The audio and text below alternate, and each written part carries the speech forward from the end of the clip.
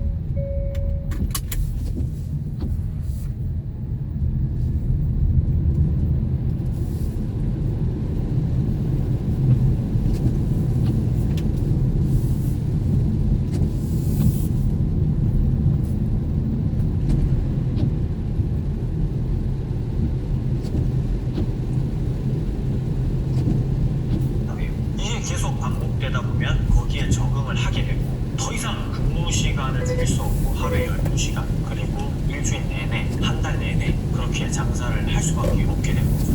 그냥 당연하다는 생각을 가지고 그렇게 살아가게 되는 겁니다. 이런 강박관념은 빨리 버리셔야 됩니다. 물론 초창기에는 이런 시스템을 만들기까지 하루에 12시간, 13시간 일할 수 있죠. 그렇게 일할 수밖에 없고요. 준비 과정입니다. 하지만 준비 과정을 거쳐서 실행을 해보고 또 고치고 실행하고 고치고 하다 보면 이런 강박관념을 완전히 버릴 수 있게 됩니다. 앞서도 말씀드렸지만 삶의 질이 굉장히 높아지게 됩니다. 네 번째는 낙담하는 내 자신. 가게는 언제 어디서 어떤 일이 벌어질지 몰라요.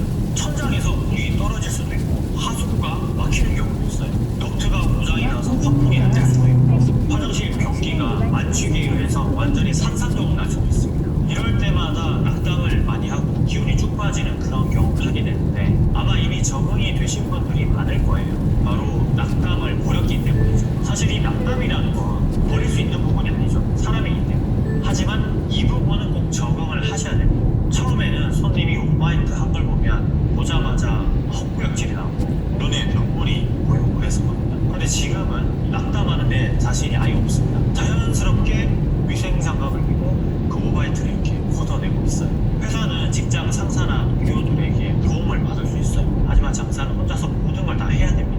갑자기 에어컨이 고장나면 여기저기 또 살펴보고 AS 기사를 불러야 되겠고 또 주류 냉장고가 또 이상이 있으면 주류사에 전화해서 교환해달라고 그렇게 전화를 해야 되고 그런 문제들이 계속 발생할 때마다 이 낙담을 하게 되면 엄청난 스트레스를 받아요. 그냥 적응을 해버리고 순서대로 일을 진행을 하면 또 지랄이야 또 고장이야 이런 거보다는 좋은 경험이 되겠어 어떻게 해야 되지 여기다가 전화하면 되겠다 아니면 내가 직접 고쳐봐야겠다 이런 자세가 필요하다는 겁니다. 마지막 5번째는 제일 중요한 건데요. 바로 낮은 자존감입니다.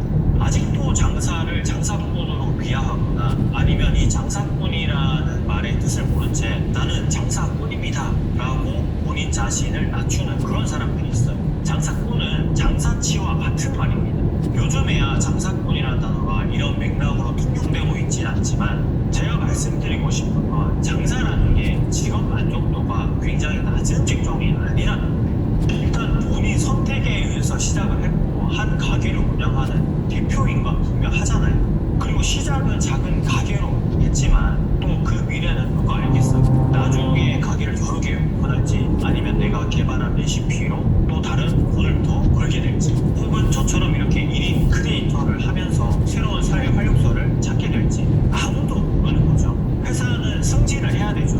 승진은 윗선에서 결정이 나는 거고 장사는 그 반대입니다. 윗선에서 결정하는 게 아니라 내가 결정합니다. 내가 결정한 대로 바로바로 움직이고 바로바로 바뀌어버립니다.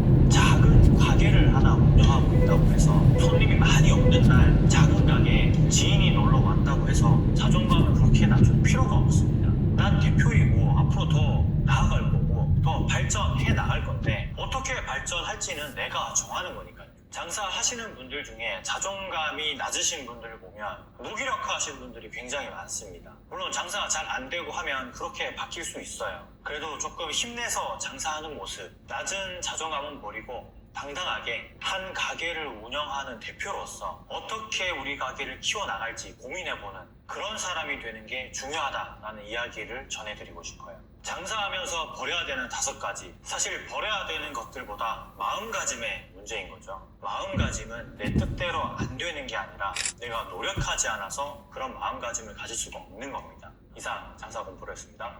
감사합니다. 그들은 말하죠. 트러블 진정, 건조함 개선, 무너지지 않는 메이크업, 여드름성 피부에는 괜찮아? 더 민감하고 더 건조한 여드름성 피부, 예민한 피부는 달래주고 푸석한 피부는 촉촉하게.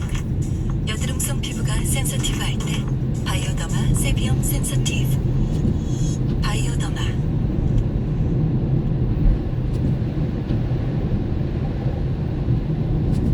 고객님 입장하십니다. 고객 인증서를 완료되셨습니다. 또 행신을 하며 휴대폰 인증. 인증번호를 입력해 주시기 바랍니다. 가시죠. 신규 비밀번호. 대소문자 특수 6자 보안실. 없어요. 아이원 6자리 비밀. 난 처리되셨습니다. 여러분들 그동안 수고 많으셨습니다. 6자리로 반대는 겠구만. 아, 좋구나. 아이원 대.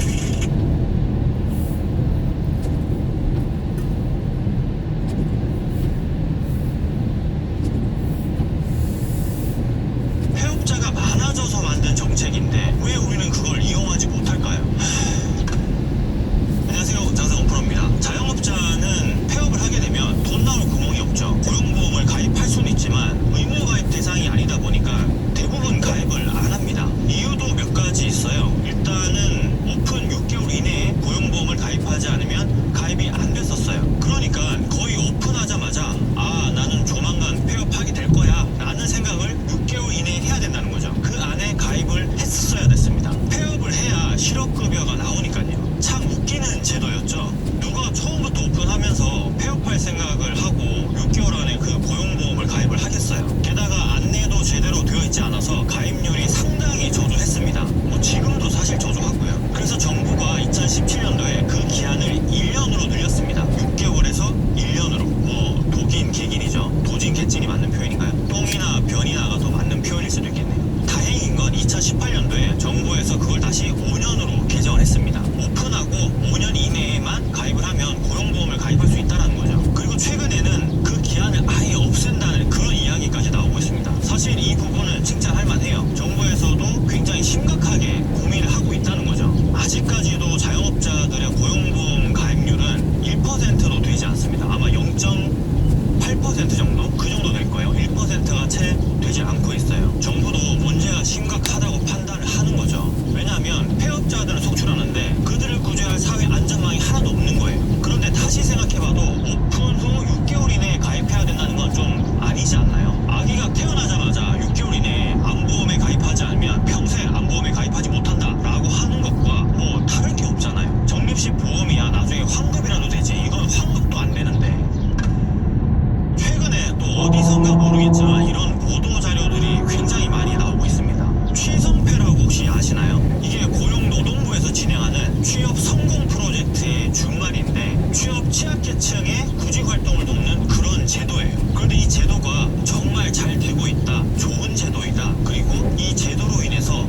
이후에 115만 명이나 취업에 성공했다. 뭐 이런 보도 기사들이 엄청나게 많이 올라와져 있더라고요. 그러니까 성공한 제도라고 이렇게 홍보가 되어지고 있는 거죠. 사실 이 뉴스는 아마 고용노동부에서 만든 뉴스가 아닐까 하는 그런 추측을 해봅니다.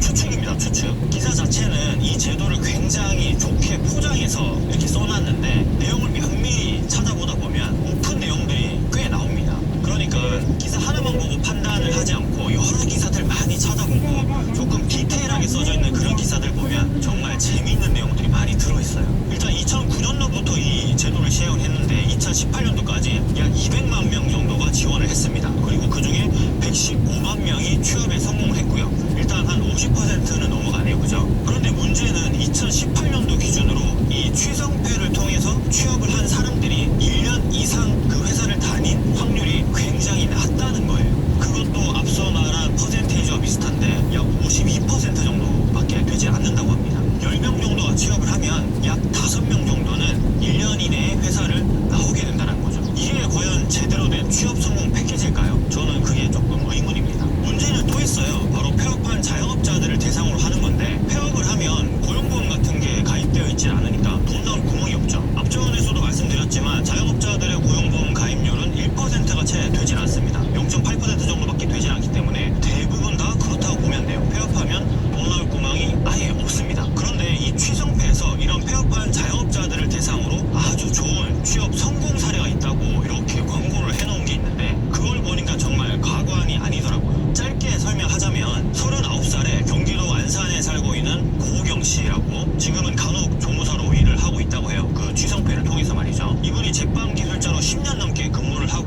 그리고 자기 가게를 차립니다. 그런데 그 가게가 2년 만에 망해요. 물론 경기 탓도 있겠고 여러 문제가 있었겠죠. 돈은 그때 당시 한 2억 정도 말아먹었다고 합니다. 빵집 하나 차리는데 좀 꽤 많은 돈을 들인 거죠. 아마 프랜차이즈가 아닐까 싶어요. 그러다가 이 취성패를 보고 지원을 하게 되고 그리고 이쪽에서 추천해준 직업군으로 간호조무사로 취업을 잘 성공했다. 뭐 이런 식으로 기사가 나와 있더라고요. 하는 일이 간호조무사인데 중환자실이고 환자 수는 한 20명 정도. 동기가 약 6명 정도 있는데 거기서 나이는 제일 많다고 합니다. 사실 39살의 간호조무사가 그렇게 많지는 않거든요. 그리고 3교대 근무이고 약 230만 원 정도 번다고 그렇게 월급도 상세히 나와 있더라고요. 이게 실제 있던 일인지 아니면은 어떤 가상의 꾸며낸 인물인지 뭐 잘 모르겠지만 만약에 이게 실제이고 본인이 만족하는 그런 취업을 한 케이스라면 그건 인정합니다. 본인이 원하는 거니까요. 그런데 10년 동안이나 제빵 기술 경력을 가지고 있고 게다가 본인 가게도 차려서 이렇게 운영을 해본 사람이 전혀 다른 직업군으로 간호조무사로 말이죠. 그렇게 취업을 해서 3교대 근무에 230만 원을 받는다고 그렇게 보도기사를 내놓은 게 전 좀 이해가 가질 않더라고요. 직업 적성검사도 하고 심리검사 이런 거를 통해서 그분이 원하는 그 다음에 그분한테 맞는 그런 직업군을 찾아줬겠죠. 당연히 그 프로그램 안에 그런 다 내용들이 들어 있습니다. 하지만 적어도 조금이라도 관련성이 있거나 나이가 조금 있으신 분이기 때문에 되도록이면 좀 더 오래 일할 수 있는 곳으로 취업을 유도해야 되지 않나 하는 그런 생각이 저는 들었어요. 중환자실 3교대 간호조무사라는 게 사실 알 사람들은 알겠지만 그리 쉬운 직업군이 아니에요. 직업 비하가 아니라 그만큼 나이가 많으신 분이 어린 친구들하고 거기에서 같이 일하기에는 조금은 까다로운 부분이 없지 않아 있다. 뭐 그런 말씀을 제가 드리는 겁니다. 보수를 떠나서 말이죠. 제가 이 230만 원이라는 금액이 적다거나 크다거나 이렇게 평가할 수 있는 입장은 아니잖아요. 그리고 통계에서도 나왔지만 이렇게 취업한 사람들이 채 1년도 다니지 못하고 그만두는 경우가 50% 정도가 되다 보니까 이분도 그렇게 되지 않을까라는 우려가 조금 됐어요. 사실 좀 더 세밀하게 통계를 보고 싶은데 그런 자료는 안 나와 있더라고요. 그러니까 1년 안이 아니라 2년 안에 그만두는 비율을 보면 아마 훨씬 더 큰 비율로 나올 것 같은데 그런 내용들은 찾아볼 수가 없었습니다. 이 취성패의 문제점이 참 다양한데 첫 번째로 지원 규모랑 요건이 조금 불명확합니다. 두 번째는 현장에서의 그런 상담 만족도가 너무 많이 떨어져요. 이거는 여론조사를 통해서도 나타났었고 대부분의 취성패를 진행한 사람들에게 물어봤을 때 그 부분이 가장 만족도가 낮았다고 나온 부분이 있습니다. 그리고 세 번째는 저소득 구직자들에 대한 지원이 엄청 짜다는 거예요. 이 세 가지를 요약하고 해석하자면 매년 지원 금액이 달라서 코에 걸면 코걸이, 귀에 걸면 귀걸이 뭐 이런 식으로 진행이 된다는 거예요. 정부에서 지원하는 제도는 맞지만 일반 위탁기관, 민간기관들이 참여할 수밖에 없는 사업이기 때문에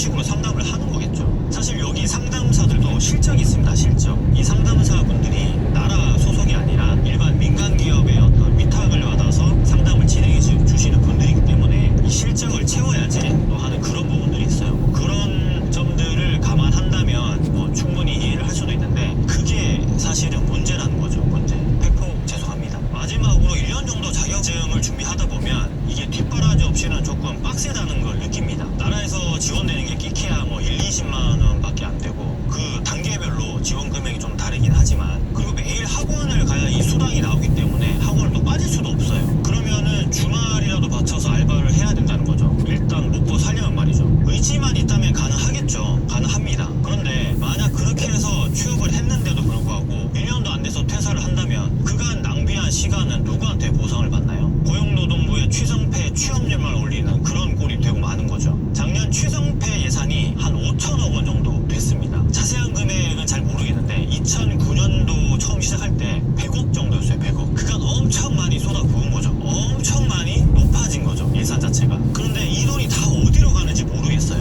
상담사 한 명당 배정되는 인원이 100명이 넘습니다. 앞전에도 말씀드렸지만 이 상담사들도 실적이 있기 때문에 상담을 해서 실적을 쌓아야 돼요. 취업도 발전하고 뭐 여러분도 잘 아시겠지만 이 나라 돈 먹는 게 가장 쉽습니다. 올해 실적 많이 채우고 뭐 접대 좀 해주고 하면 또 내년도에도 우리 회사랑 나라에서 계약을 체결을 해주기 때문에 실적을 많이 채워야 되는 게 그게 문제예요. 이걸 청년들도 잘 아는지 뭐 교육 수준은 대학교 1학년 때 배운 것만도 못한데 수당 주니까 교육도 받고 뭐 그런 거죠. 야 너도 이거를 용돈벌이 해 왜 안 하고 있어 뭐 이런 실정이니까요.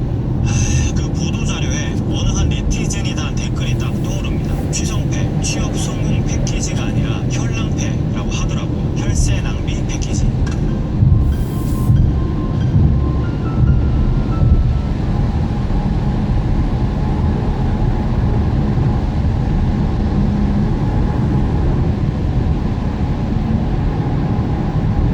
안녕하세요. 장상훈 프로입니다. 얼마 전에 제가 올린 영상에서도 말씀드렸지만 창업자들이 해마다 계속 늘고 있어요. 폐업도 많긴 한데 폐업보다 차움이 지금 더 많은 상태입니다. 그런데 재미있는 건 창업자들이 이렇게 계속 늘어나는데 프랜차이즈 본사들은 폐업률이 또 많이 올라가고 있어요. 공정거래위원회 자료를 보면 2018년 상반기에만 프랜차이즈 본사가 한 600여 개 정도, 600여 개 가맹 본사가 문을 닫았어요. 폐업을 했다는 거죠. 사업을 아예 접어버렸다는 얘기입니다. 이게 지금 해마다 늘어나서 한 해 거의 1000개 정도 프랜차이즈 본사가 해마다 1000개 이상씩 문을 닫고 있다는 거예요. 이유가 참 재밌는데 바로 그 이유가 여러분들 때문에 그렇습니다. 지금 이 유튜브 영상을 시청하는 여러분들 때문에 프랜차이즈 본사들이 해마다 1000개씩 이렇게 문을 닫고 있는 거예요. 무슨 개뚱딴지 같은 소리냐고 하실 수도 있는데 이 영상 보시다 보면 알게 되니까 영상 끝까지 시청해주세요.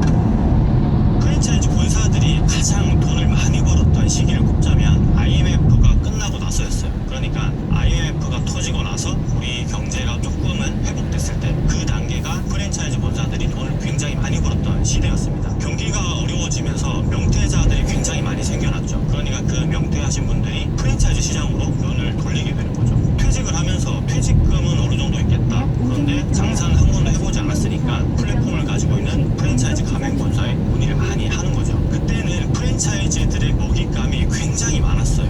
굳이 광고를 하지 않더라도 본사에 전화가 와서 본사로 찾아와서 내 퇴직금을 좀 줄 테니까 뭐 번듯한 가게 하나 차려주세요 라고 하는 사람들이 굉장히 많았거든요. 그런데 요즘은 정보가 너무 넘쳐나죠. 여러분들도 지금 뭐 제 영상이 정보가 될지 모르겠지만 이렇게 시청을 하고 계시잖아요. 그리고 언제 어디서든 그 프랜차이즈를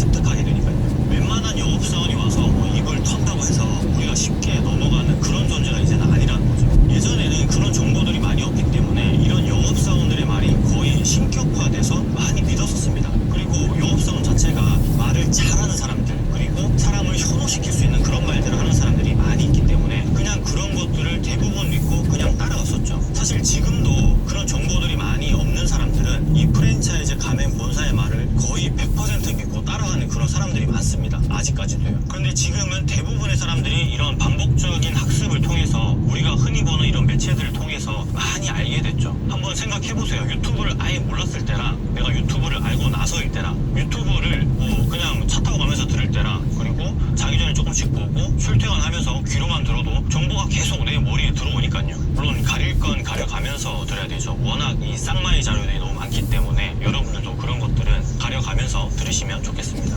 그래서 요즘은 프랜차이즈 본사만의 어떤 그런 노하우라는 게 많이 없어졌어요. 개설 마진이라는 그 부분이 있는데, 개설 마진을 당당하게 받았었죠, 옛날에는. 그런데 지금 이 개설 마진을 받는다고 얘기를 아예 못합니다. 심지어 가맹비 무료, 교육비 무료, 인테리어비 무료, 인테리어비 무료도 있더라고요. 요즘에는 창업 지원금 혜택 또 뭐 있더라. 뭐 어쨌든 엄청 많아요. 엄청 무료로 많이 해준다고 광고를 되게 많이 하고 있습니다.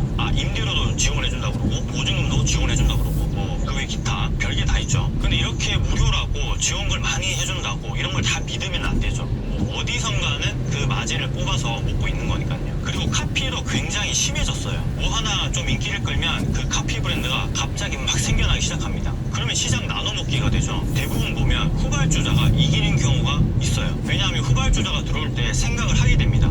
저 회사 아이템 괜찮네. 그런데 자세히 보니까 회사 규모도 작고 자본금도 좀 많지 않은 것 같고, 그러다 보니까 우리는 뭐 회사 규모도 크고 자본금도 빵빵하고 투자자들도 많이 거느리고 있고 하다 보니까 돈으로 막 밀어붙이는 거죠. 그러면 원조 브랜드가 사실상 버텨내질 못해요. 대형 투자금을 유치하지 않는 이상 힘들어집니다. 그리고 이 후발주자라는 게 딱 한 개만 있는 게 아니고 동시다발적으로 여러 개가 갑자기 생겨버려요. 괜찮은 아이템이다 싶으면 막 들어오는 거죠. 그런데 이런 프랜차이즈들만 있느냐? 아니에요. 이런 시장에서는, 그러니까 포화 시장일수록 거기에서 새롭게 새싹처럼 태어나는 그런 프랜차이즈 본사들이 있습니다. 모든 시장이 그렇지만 새로운 패러다임을 제시하는 그런 프랜차이즈 본사들이 생겨나기 마련이에요. 그러니까 사회 분위기에 맞고 현 시대를 살아가는 우리 정서에 부합하는, 뭐랄까, 뭐 설명하기가 조금 복잡한데 감성 마케팅이라고 해야 되나? 뭐 어쨌든 상업성이 없어 보이지만 알게 모르게 우리한테서 이익을 취득하고 있는, 이익을 가져가고 있는 그런 프랜차이즈 본사들이 많이 생겨났습니다. 사실 그런 프랜차이즈들이 제대로 된 프랜차이즈죠. 왜냐하면 내가 가맹점주인데 우리 프랜차이즈가 나한테서 뭐 마진을 많이 가져간다는 그런 걸 내가 알아버리면 사실 그 프랜차이즈 하기 싫죠. 그런데 굉장히 사업성도 없어 보이고 가맹점 친화적이고 나한테도 그렇게 마진도 많이 안 가져가는 것 같은데 내가 또 얻는 혜택은 많고, 그런 프랜차이즈들이 분명히 있습니다. 이 영상도 그렇습니다. 유튜브도 우리는 정보를 올리는데 그 보는 사람들이 저한테 비용을 직접적으로 지불하진 않잖아요. 그 대신에 이 영상을 보려면 처음에 나오는 광고를 봐야 되죠. 입구 영업소를 통과하였습니다. 안전운전하십시오. 유튜버한테 돌아가지 않습니다. 뭐 그런 것과 비슷한 맥락이라고 생각하시면 돼요. 최근에 프랜차이즈 박람회 가보신 적 있으신지 모르겠어요. 저도 얼마 전에 제 구독자분 중에 기기라는 분이 한 분 계신데 그분하고 박람회 관련해서 뭐 짧게 대화를 나눌 일이 있어서 박람회 이렇게 단어를 치다 보니까 이 박람회라는 것에 다시 한 번 더 생각을 하게 됐어요. 요즘 박람회에 가보면 거의 차별성이 없습니다. 거의 다 똑같아요. 제가 좀 전에 말씀드렸던 할인 혜택, 공짜, 무료 지원 이런 것들로 그냥 판치고 있습니다. 그리고 박람회에 예전보다 사람들이 그렇게 많지 않아요. 박람회에서 얻을 정보가 그만큼 많지 않다는 거죠. 뭐 심심하면 한 번씩 가볼만 하지만 뭐 대단한 걸 찾으려고 간다면 그거는 좀 비추천이에요. 정보 습득 차원에서 뭐 작은 정보라도 좀 알고 싶다 그러면은 가보는 건 좀 추천하지만 정말 진지하게 창업을 생각하면서 굉장히 효용성 있는 아이템을 찾으러 가는 거는 좀 아니라고 생각을 해요. 물론 박람회를 가다 보면 거기에서 얻는 인사이트들이 있습니다. 그런 것들은 굉장히 좋은 예죠. 그래서 저는 그냥 매장만 오픈시켜주고 나몰라라 하는 프랜차이즈 본사들은 다 없어졌으면 좋겠어요. 창업하시는 분들은 프랜차이즈 본사에 거의 전 재산을 다 갖다 바치는데 프랜차이즈 본사는 사실 그렇게 생각하는 경우가 거의 없거든요. 대부분의 프랜차이즈가 그렇습니다. 돈이 좀 모자라다 그러면 대출 알아봐 줄 테니까 대출 하라고, 그리고 돈이 조금 뭐 적당해도 나중에 추가금이 필요할 수 있으니까 뭐 지금 기회가 있을 때 뭐 대출을 하라고, 그렇게 또 대출을 부추깁니다. 이 이자 쌀 때 대출하라고 말이죠. 그리고 인테리어 공사할 때도 뭐 추가비도 들어가고 뭐 주방 설비할 때도 또 추가비도 더 들어가고 그렇게 하다 보면 처음에 설명했던 창업비보다 훨씬 더 많아지게 돼요. 그런데 창업자 입장에서는 그런 걸 따라갈 수밖에 없어요. 그런 가맹본사들은 머지않아 아마 문을 다 닫을 거예요. 바로 우리처럼 똑똑해지고 있는 사람들이 계속 늘어나고 있으니까 말이죠. 뭐 지금도 많이 없어지고 있지만 우리가 똑똑해지면